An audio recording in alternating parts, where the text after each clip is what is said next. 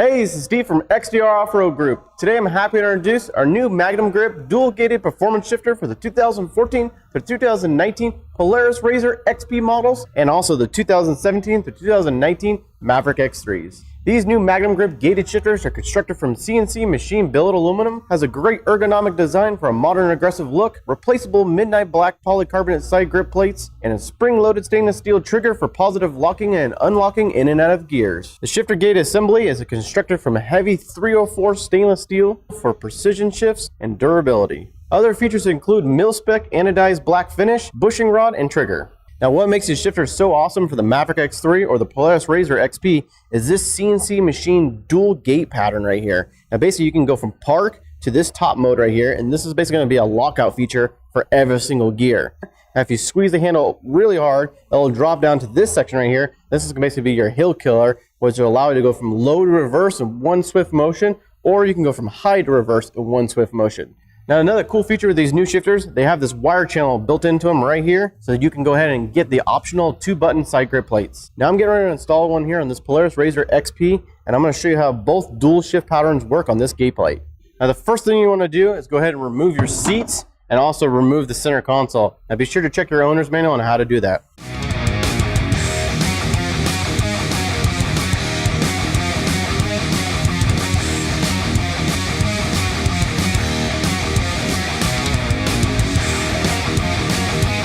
Now with the seats removed and console removed, on this factory shifter on this RZR, we're going to pop this top off, remove this screw, take a flat blade screwdriver, and then we're going to go ahead and remove this clip, and get this old one out of here. So on this stock shifter here, we're going to go ahead and pull off the 2 bushings. We're going to reuse these. Now this linkage stud, go ahead and reuse this. Now on the new shifter, we're going to go ahead and reinstall some of those older parts. We're going to go ahead and put the bushings back in. Just going to make sure these things are not cracked or broken. This is the time to go ahead and replace them. They just snap right in. Now the bottom down here, we're going to go ahead and put on the linkage stud. Next, we went ahead and remounted the gate plate to the mounting plate. It's basically just 4 simple Allen screws. It really can go on only one way to where the contour matches up. All right, next we're going to go ahead and install the mounting block first. Now it's got 2 holes here. One hole is this one down here is for the screw that comes supplied, which is going to go down to the bottom here. That's what's going to basically secure it. Now this front hole, you want to take one of the screws that you use from the center console, and you're basically going to use this as a tool. You're just going to basically just start it here on the top, and then you're going to go ahead and drop this down. And this is basically going to act as like a little handle.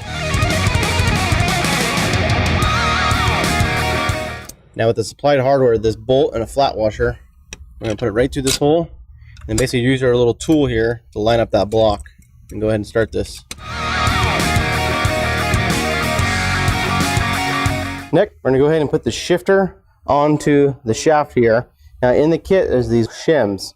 Now basically what this is for is you need a test fit to make sure that this pin does not bottom out against the plate here. It actually just needs to just barely fit into the groove, but not bottom out against the plate. So this is going to require a couple test fits. All right, we got our shifter installed with no shims, and you can see this top pin right here bottoms out and it's hitting that. We're gonna have to add some shims so you can space this away, and it should be something kind of like that right there, where it has just a little bit of gap. It's not actually pressed up against the plate. Now each RZR is going to be different. On this particular RZR, we went ahead and added 3 shims. Now you can see I got the stick pushed up against it. Now you can see there's a gap right there where that pin is not touching the gate plate. Now that we got our shifter properly shimmed, we're going to go ahead and reconnect it with those C-clips that we took out. Now we're going to go ahead and test out the shifter.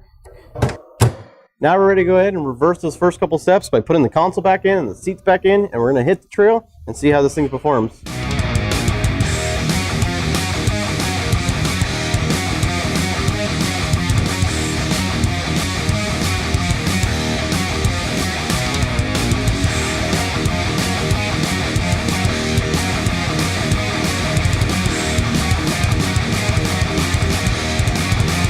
All right, our shifter's installed in our vehicle. We're ready to go ahead and test it out. Now we went ahead and added the optional side grip plates. Now this helps really personalize the interior of your side-by-side with the different colors and finishes available. And we did the same thing here with the passenger grab handles. So be sure to check out our website for the different makes and models available. Now I'm going to show you how easy this function of this shifter is. Now we're gonna go ahead and take the trigger release. We're gonna squeeze about halfway and pull in reverse. Now this is the top section of the gate plate. This is basically the full lockout. Now you wanna make sure your vehicle is showing reverse on the dash. If it's not, you need to go back to the transmission and adjust that cable just slightly. Now we're in reverse, we're fully locked out. You see in neutral, we're fully locked out.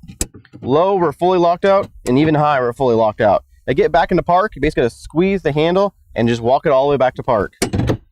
Now we're gonna go ahead and access the second gate, which is the lower one. We're gonna go ahead and squeeze the trigger handle all the way and go ahead and pull it into reverse. Now reverse to a low is all one swift motion. There is no lockout. So you just go ahead and just pull it right back to low.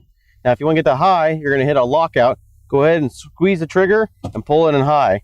Now the main feature of this hill killer is if you're climbing up a hill and you feel the front end starting to come over and you need to save it from a rollover, go ahead and take your shifter and just push right into reverse, hit the gas, and it'll bring that front end right down for you.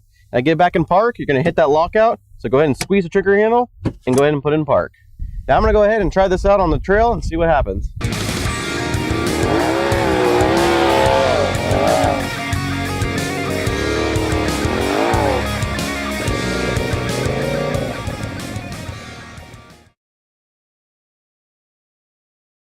Be sure to subscribe to our YouTube channel and don't forget to follow us on Facebook, Instagram, and Twitter.